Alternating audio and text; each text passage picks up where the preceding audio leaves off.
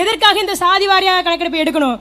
எதற்காக இந்த குடிவாரியான கணக்கெடுப்பை எடுக்க மறுக்கிறாங்கன்னா, இந்திய ஒன்றியத்தினுடைய அடிமடியில் கை வைக்கிறது இந்த குடிவாரி கணக்கெடுப்பு. இன்றைக்கு இருக்கிற ஐயா பட்டத்து இளவரசர் ஐயா இருக்கிறார் இல்லையா, உதயநிதி ஸ்டாலின் இருக்கிறார் இல்லையா, அவருடைய அடிமடியில் கை வைக்கிறது இந்த குடிவாரி கணக்கெடுப்பு. ஏன் அப்படி ஒருவேளை குடிவாரி கணக்கெடுப்பு தமிழகத்தில் எடுக்கப்பட்டால் மரியாதைக்குரிய ஐயா ஸ்டாலின் அவர்கள் யார் என்று தெரிஞ்சிடும். அதுக்கடுத்து யாரும் சொல்ல மாட்டான், எதிர்காலமே எங்களுடைய தமிழ்நாட்டினுடைய எதிர்காலமே, நாங்கள் இன்ப நீதி வந்தாலும் நாங்கள் அவரை வருக வருக என வரவேற்போம்னு தமிழகத்தில் எவனும் சொல்ல மாட்டான். அவருடைய அடிமடியில் கை வைக்கிறது இந்த குடிவாரி கணக்கெடுப்பு. அதனாலதான் இந்த குடிவாரி கணக்கெடுப்பு வேணும்ன்றோம். இந்த குடிவாரி கணக்கெடுப்புல என்ன நன்மை? இந்த குடிவாரி கணக்கெடுப்புல என்ன நன்மைனா, வந்தவன் போனவன் எல்லாம் இனி தமிழகத்தை ஆள முடியாது, சொந்த மண்ணின் மக்கள் மட்டும்தான் இனி தமிழகத்தை ஆள முடியும் என்கிற நிலை வரும். அதுதான் இந்த குடிவாரி கணக்கெடுப்பினுடைய நன்மை.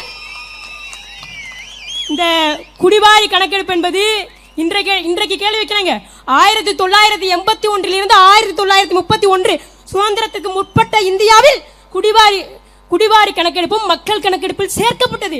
ஆனால் சுதந்திர இந்தியாவில் 1951 2011 வரை எடுத்த கணக்கெடுப்பில் சாதி வாரியாக சேர்க்கப்படல, குடிவாரியாக சேர்க்கப்படல. காரணம் என்னன்னா அவர்களுடைய இன்றைக்கு இந்தியாவை ஆட்சி செஞ்சிருக்கு இல்லையா, காங்கிரஸாக இருக்கட்டும் பாரதிய ஜனதாவாக இருக்கட்டும், ஆனால் அதில் முக்கிய மூல வேறாக இருப்பது பார்ப்பனியம். அந்த பார்ப்பனியத்திற்கு பாதிப்பாக இருக்கிறது இந்த குடிவாரி கணக்கெடுப்பு.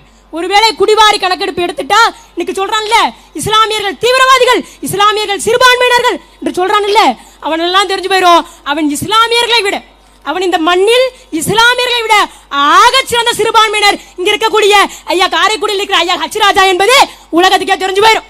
அதனாலதான் இந்த குடிவாரி கணக்கெடுப்பு எடுக்க மறுக்கிறான். நீங்க எடுத்து பாருங்க, ஒட்டுமொத்த தமிழகத்திலுமே எடுப்போம், சர்மா என்கிற ஜாதி எத்தனை, ஒட்டுமொத்த இந்தியாவிலும் எடுத்து பார்ப்போம், சர்மா என்ற சமூக மக்கள் எத்தனை சதவீதம் இருக்கிறாங்க? அதை விட அதிகமாகவே இஸ்லாமிய மக்கள் இருக்கிறாங்க.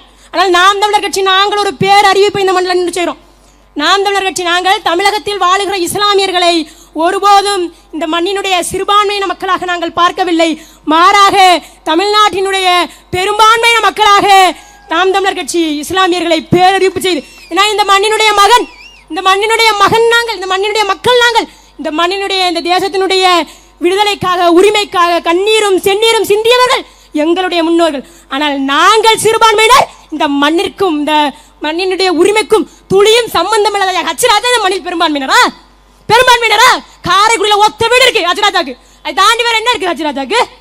அவர் பெரும்பான்மையினர் அந்த மண்ணில்? யார் பெரும்பான்மையினர்?